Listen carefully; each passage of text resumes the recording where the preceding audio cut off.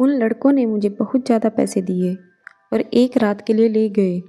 जब पांचों लड़कों ने मेरे जिस्म से अपनी हवस पूरी कर ली तो अचानक उनका छठा दोस्त भी आ गया, मगर वह जैसे ही कमरे में अंदर आया तो उसकी चीख निकल गई, क्योंकि हालात इंसान को वह सब करने पर मजबूर कर देते हैं जिसके बारे में उसने कभी सोचा भी नहीं होता। या यूँ कहें कि कभी कभी ज़रूरत से ज़्यादा ख्वाहिशें इंसान को ख़त्म कर देती है। और मैं भी ना कभी पूरी होने वाली ख्वाहिशों के सफ़र पर निकल पड़ी थी। मैं रात 12 बजे से उस छोटे से कमरे में बिस्तर पर पड़ी हुई थी और एक के बाद एक दूसरे लड़कों ने मुझे नोच डाला था। दर्द अपनी इंतहा पर था, लेकिन यह सब कुछ मैंने अपनी मर्ज़ी से अपनाया था। ना ही मुझे अपने कपड़ों का होश था और ना ही जिसमें उठने वाले दर्द भरी लहर का। दो ही लड़कों ने मेरा ऐसा हाल कर दिया था कि मेरा सारा तन जख्मी हो गया था। सोचकर ही मेरी आत्मा कांप रही थी कि और भी 3 लड़के मेरे साथ अपनी हवस पूरी करने वाले हैं और मुझे पूरी खुशी से उन्हें वक्त देना है। मैंने कभी सोचा भी नहीं था कि मेरी ज़िंदगी की कोई रात ऐसी भी होगी। यह सब मैं एक भारी कीमत के एवज पर कर रही थी, इसलिए पीछे हटने का कोई सवाल ही नहीं था। मेरी जिम्मेदारियां और मेरे घर वालों की ख्वाहिशें मुझे उस रास्ते पर ले आई थी जहां मैं एक ही रात में 5 लड़कों के साथ रात गुजारने की हामी भर ली थी। आम हालात में तो किसी लड़की के लिए ऐसा सोचना भी मुमकिन नहीं है, लेकिन मैं जिस जगह खड़ी थी वहाँ मुझे यह फैसला करने में ज़्यादा वक्त नहीं लगा था।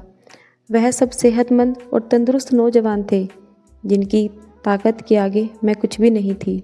बिस्तर तक आने वाले दोनों नौजवानों ने कुछ ही लम्हों में मुझ पर काबू पाकर मुझे पूरी तरह अपनी हवस का निशाना बना लिया था। यह पहली दफ़ा था जब मुझे किसी मर्द ने छुआ था। दूसरे लड़के के निकलते ही तीसरा लड़का भी कमरे के अंदर चला आया। मैंने एक गहरी सांस बाहर निकाली। मैं थोड़ा वक्त चाहती थी, लेकिन वह कहने लगा कि इतना वक्त नहीं है मेरे पास, बाहर उसके और भी दोस्त इंतज़ार में बैठे हैं। उसकी बात सुनकर मेरी आंखों से आंसू बहने लगे। वह फ़ौरन ही मेरे पास चला आया और मेरे आंसुओं को नज़रअंदाज करता अपनी शिद्दतें मुझ पर बिखेरने लगा। मेरे तन में बर्दाश्त की शक्ति खत्म हो रही थी। मैं बार बार उसे खुद से दूर करने की कोशिश करती, लेकिन वह उतना ही मुझ पर हावी होने लगा। ऐसा लग रहा था जैसे उसे इस खेल में मज़ा आ रहा हो। मेरे धक्का देने पर वह पहले से भी ज़्यादा जोश में मेरे करीब आता, इसलिए मैं भी उसे रोकने की गलती नहीं कर रही थी और खामोशी से खुद पर गुजरने वाली इस क़यामत को बर्दाश्त कर रही थी। 1.5 घंटे तक वह अपनी प्यास बुझाता रहा और जाते जाते उसने अपने दांतों के निशान मेरी गर्दन पर छोड़ दिए और कहने लगा कि अगर इसे दोबारा मौका मिला तो वह मेरे साथ दोबारा वक्त ज़रूर गुजारने आएगा।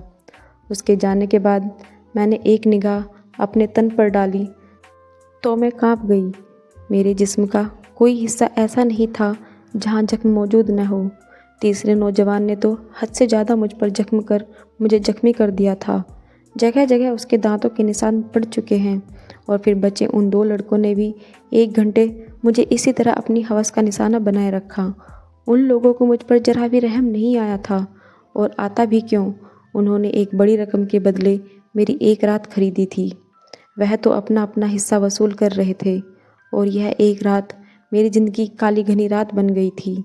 मेरा हाल ऐसा था कि मुझे कुछ होश ही नहीं रहा था। मैं खुद से करवट बदलने के काबिल भी नहीं रही थी। मेरी आंखें बंद होने लगी थी और तभी उन लड़कों ने मुझे बताया कि उनका एक छोटा दोस्त भी आ गया है। मुझ में इतनी हिम्मत भी बाकी नहीं बची थी कि मैं उन्हें इनकार कर पाती या इस बात का विरोध कर सकती। जैसे ही छोटा लड़का कमरे में दाखिल हुआ और मेरे बिस्तर के करीब आया तो मुझे देखकर उसकी चीख निकल गई। उसकी चीख क्यों निकली, वजह जानकर आपके भी रोंगटे खड़े हो जाएंगे। मेरा नाम मधु है और मेरी उम्र सिर्फ 22 साल थी। मैंने ग्रेजुएशन कर रखी थी, लेकिन आज के दौर में ग्रेजुएशन कुछ भी नहीं होती। लोग बीएड करके भी डिग्रियां हाथों में लिए सड़कों में धूल समेट रहे होते हैं। इस बात का सही तरीके से अंदाज़ा मुझे उस वक्त हुआ जब मैं नौकरी की तलाश के लिए निकली। हर कंपनी के आगे नौजवानों की एक बड़ी सी लाइन लगी होती है जो अपनी बारी के इंतज़ार में थे। ऐसे में मुझ जैसी लड़की को नौकरी कहाँ मिल सकती थी जिसके पास ना ही तजुर्बा था और ना ही कोई बड़ी डिग्री, मगर नौकरी ढूंढना मेरी सबसे बड़ी ज़रूरत बन चुकी थी, क्योंकि बाबा के स्वर्गवास ने हमारी कमर तोड़ दी थी।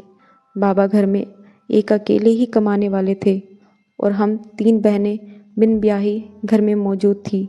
मेरी बड़ी बहन पढ़ी लिखी नहीं थी, इसलिए कमाने की जिम्मेदारी उसके बजाय मेरे कंधों पर आ गई थी। मैं घर से बाहर निकली तो मेरे होश ठिकाने आ गए। मैं तो बाहर की दुनिया को बहुत आसान समझ रही थी, लेकिन अब जब मुझे समझ आया था कि बाबा कितने जतन करके हमारे लिए रोटी कमाते थे, मैं हमेशा ही बाबा से इस बात पर नाराज़ रहती थी कि वह हमारी ख्वाहिशें पूरी नहीं करते। मेरी नाराज़गी पर बाबा का चेहरा हमेशा उतर जाता।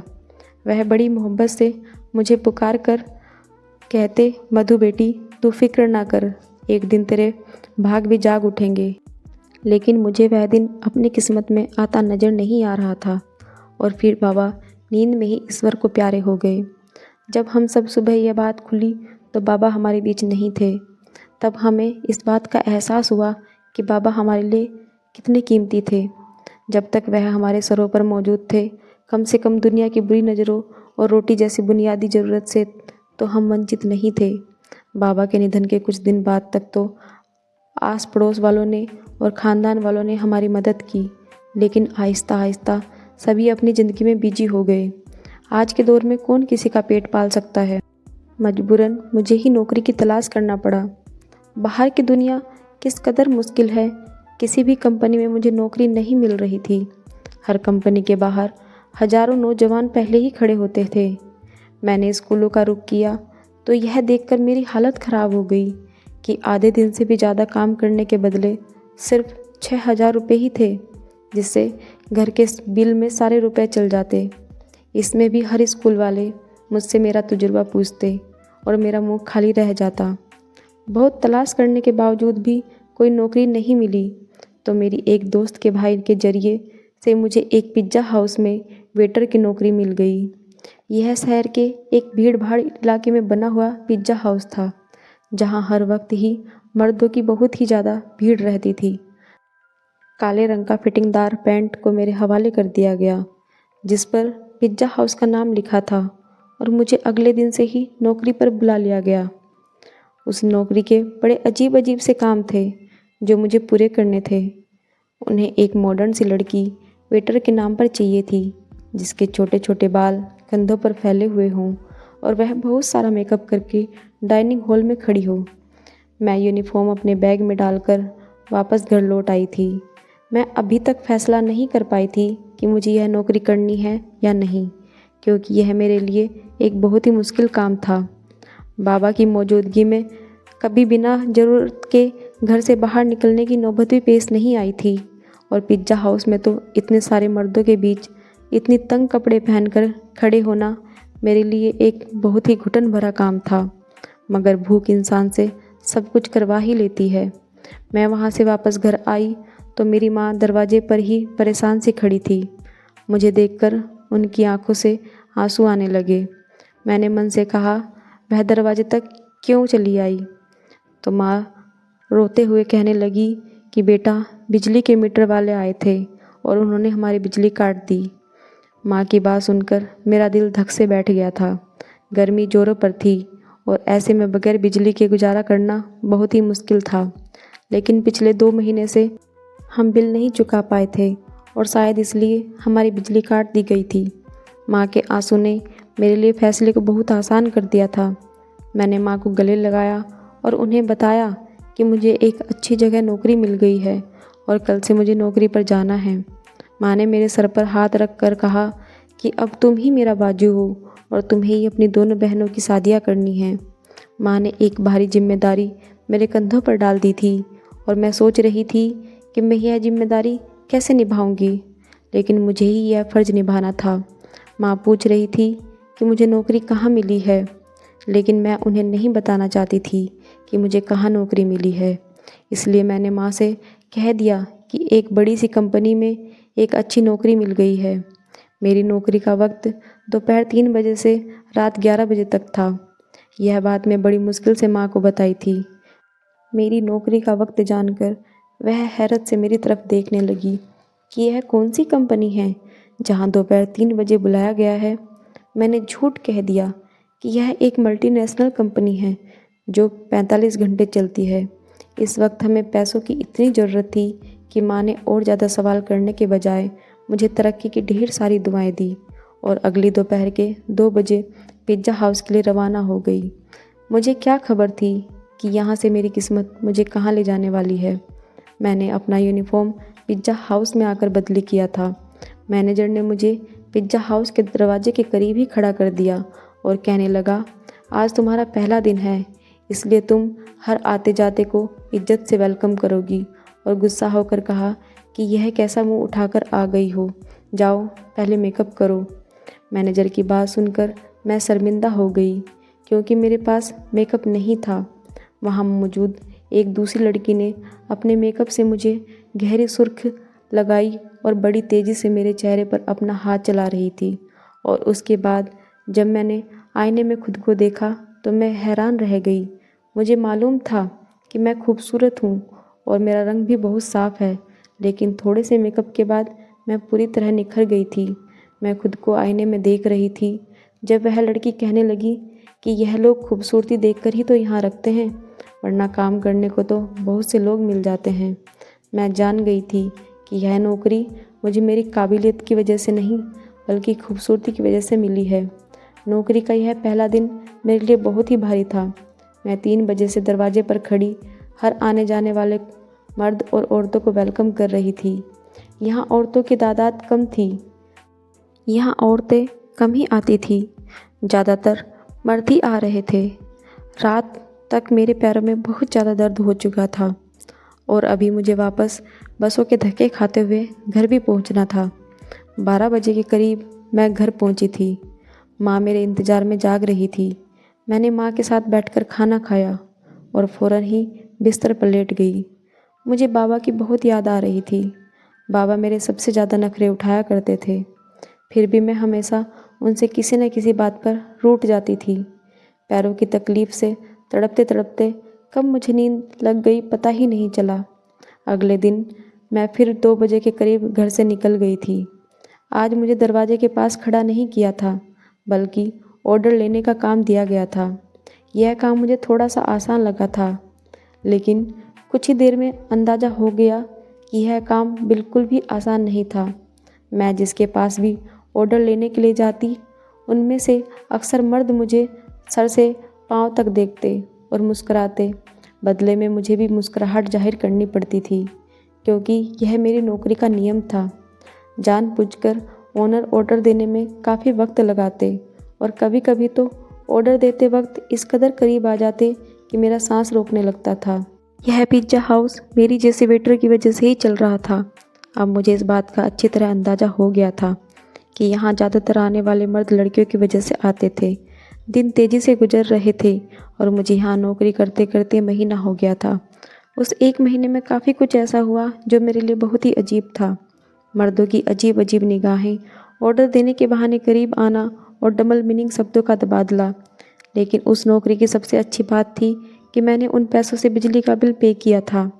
5 लड़के रोज़ ही शाम के वक्त पिज़्ज़ा हाउस में आते थे और रोज़ाना ही उनके पास ऑर्डर लेने के लिए जाती थी। आज जब मैं घर वापस गई तो माँ मेरे इंतज़ार में दरवाजे पर ही बैठी थी और मुझे देखकर खुशी से बोली कि आज तुम्हारी बड़ी बहन के लिए बहुत ही अच्छा रिश्ता आया है।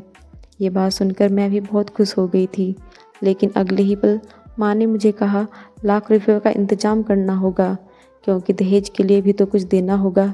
खाली हाथ तो बहन को नहीं भेज सकते थे। मैंने माँ से कहा कि मैं इतनी जल्दी लाख रुपए कहाँ से लाऊंगी। तो माँ ने मुझसे कहा कि तुम अपनी कंपनी में लोन की बात करो तो शायद कुछ हो जाए। मुझे कहाँ से पैसे मिलते? मैंने माँ की बात का कोई जवाब नहीं दिया, लेकिन माँ की आंखों में मुझे चमकती हुई उम्मीद साफ दिखाई दे रही थी।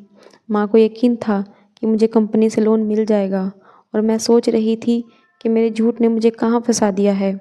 अगले दिन मैं नौकरी पर भी सारा वक्त परेशान रही और यह बात मेरे साथ काम करने वाली लड़की ने नोट कर ली थी। वह मुझसे कहने लगी कि क्या बात है मधु, आज तुम बहुत ही परेशान लग रही हो। मैंने उसे बता दिया कि मेरी बड़ी बहन की शादी करनी है और मेरे पास बिल्कुल भी पैसे नहीं हैं। मेरी बात सुनकर वह कहने लगी, तो इतना खर्च करने की क्या ज़रूरत है? इतना मसाला बनाने की ज़रूरत ही क्या थी? घर आकर मैंने माँ को यही मशवरा दिया कि वह सादगी से बहन की विदाई करते हैं। लेकिन मेरी बात सुनकर माँ कहने लगी कि हर किसी को हमारे मसलों की जानकारी नहीं है। लड़के वालों ने पहले ही दहेज के नाम पर एक लंबी लिस्ट थमा दी है, और अगर मैंने खाली हाथ तेरी बहन को विदा कर दिया तो उसके ससुराल वाले सारी ज़िंदगी उसे बातें सुनाते रहेंगे। माँ की बात सुनकर मुझे गुस्सा आ गया और मैंने कहा कि ऐसी जगह दीदी की शादी करने की ज़रूरत ही क्या है।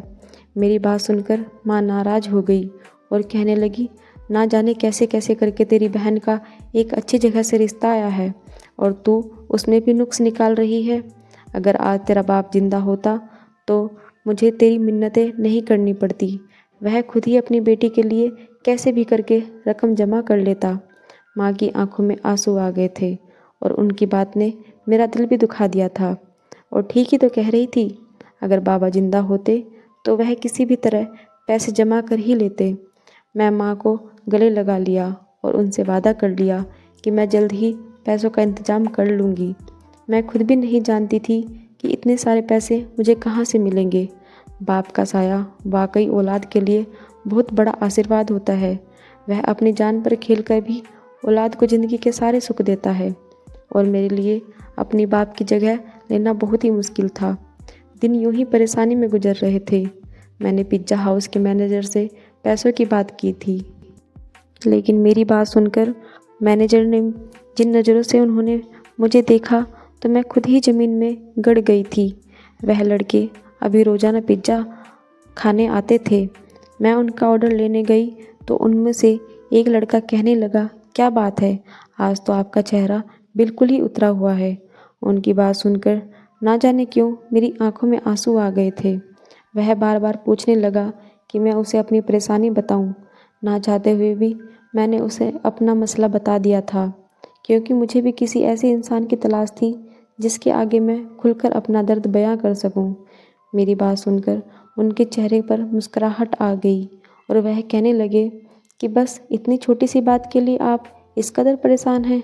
हमने आपको अपना कार्ड इसलिए दिया था कि कोई भी परेशानी हो तो आप हमें याद कर लें। मैं हैरत से उनके चेहरे देखने लगी। मैं यह सोच भी नहीं सकती थी कि वह 5 अजनबी लड़के मुझे पैसे दे सकते हैं, लेकिन उन पांचों ने फ़ौरन ही मुझे लाखों रुपयों की ऑफ़र कर दी थी। मैं उनकी तरफ देख रही थी। वह कहने लगे, 1.5 लाख रुपए देना उनके लिए कोई बड़ी बात नहीं है, लेकिन मुझे भी उनके कुछ काम आना होगा। उनकी बात सुनकर मैं ठगी रह गई थी। उन लड़कों को मुझसे क्या काम हो सकता था? यह बात समझने में मुझे ज़्यादा देर नहीं लगी थी। मैंने फ़ौरन ही घबराकर कहा कि मैं एक शरीफ घराने से संबंध रखती हूँ और मैं कोई गलत काम नहीं कर सकती। वह लड़के हंसकर कहने लगे कि हमने सिर्फ पेशकश की है, कबूल करना या ना करना आपकी मर्जी है। लेकिन आज के दौर में 1 लाख रुपये आपको कोई भी नहीं देगा, चाहे वह आपका कितना करीबी रिश्तेदार हो क्यों ना हो। बात तो उनकी भी बिल्कुल ठीक थी, लेकिन मैं अपनी इज्जत गिरवी रखकर लाख रुपया हासिल नहीं करना चाहती थी, इसलिए मैंने उन्हें साफ इनकार कर दिया। मैं हालात से पूरी तरह थक चुकी थी और ऐसे ही था कि जब मैं घर लौटकर आई तो मेरी माँ और मेरी बहनें मेरे इंतज़ार में थी। माँ ने बताया कि दीदी के ससुराल वाले 1 महीने बाद ही शादी की बात कर रहे हैं और वह दीदी के साथ साथ छोटी को भी अपने छोटे बेटे के लिए लेना चाहते हैं। इसी तरह एक खर्चे में दोनों शादियाँ हो जाएंगी। छोटी के रिश्ते का काम सुनकर जहाँ मुझे खुशी हुई थी, वहीं 1 महीने का वक्त सुनकर मेरी जान निकल गई थी। पैसों का कोई इंतजाम ना हो सका था और माँ ने मुझसे उम्मीद बांधे बैठी थी। मैंने एक नज़र अपनी दीदी के चेहरे पर डाली, जहाँ बहुत समय बाद खुशी की रौनक नज़र आ रही थी। मैं भी दीदी के ससुराल वालों से मिली थी। वह लोग वाकई बहुत अच्छे लोग थे, लेकिन आज के दौर में सादगी और बगैर दहेज के कौन दुल्हन विदा करवाता है? वह भी इसी समाज के रहने वाले थे। मैं अपनी बहनों की खुशी को हमेशा कायम देखना चाहती थी। मैंने माँ से कहा कि आप शादी की तारीख पक्की करते, पैसों का इंतजाम हो जाएगा। मेरी बात सुनकर तो घर में खुशी की लहर दौड़ गई थी, मगर वह लोग इस बात से बेखबर थे कि यह खुशी उन्हें मेरी आबरू की बर्बादी के बदले हासिल होने वाली थी। अगले दिन मैंने उन 5 लड़कों से हामी भर ली थी। वह मुस्कुराकर कहने लगे कि हम जानते थे कि आप ज़रूर मान जाएंगे। उन 5 ने एक रात के लिए मुझे अपने साथ ले जाने की बात की थी। मैंने माँ को बता दिया था कि साल के आखिर की वजह से कंपनी में काम बहुत ज़्यादा है और मुझे एक रात कंपनी में ही गुजारना होगा। कंपनी ने मेरा लोन मंजूर कर लिया है, इसलिए मैं उनकी बात मानने में मजबूर हूँ। लोन पास होने की बात सुनकर माँ इस कदर खुश हो गई कि उन्होंने मुझे रात रुकने की इजाज़त भी दे दी और मैं पिज्ज़ा हाउस से छुट्टी होने के बाद उन 5 लड़कों के साथ चली गई। उन 5 ने मुझे अपनी दरिंदगी का निशाना बना डाला और जब छठा लड़का अंदर आया तो मुझे देखकर उसकी चीख निकल गई, क्योंकि मेरा पूरा बिस्तर खून से भीगा पड़ा था और मैं अपनी ज़िंदगी की शायद आखिरी सांस ले रही थी।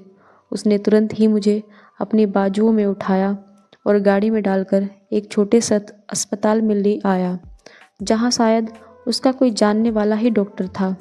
कई घंटे आईसीयू में रहने के बाद मेरी हालत कुछ बेहतर हुई, लेकिन मेरा जख्मी तन मेरी बर्बादी की गवाही दे रहा था।